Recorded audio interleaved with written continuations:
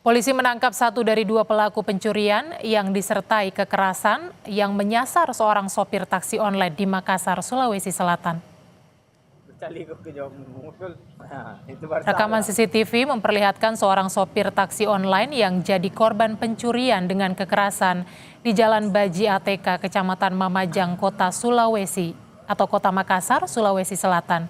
Dalam menjalankan aksinya, kedua pelaku berpura-pura menjadi penumpang. Di tengah perjalanan, aksi penganiayaan dan perampasan pun terjadi. Setelah dilakukan penyelidikan, polisi berhasil menangkap seorang pelaku berinisial AP di Kecamatan Panakukang, Kota Makassar.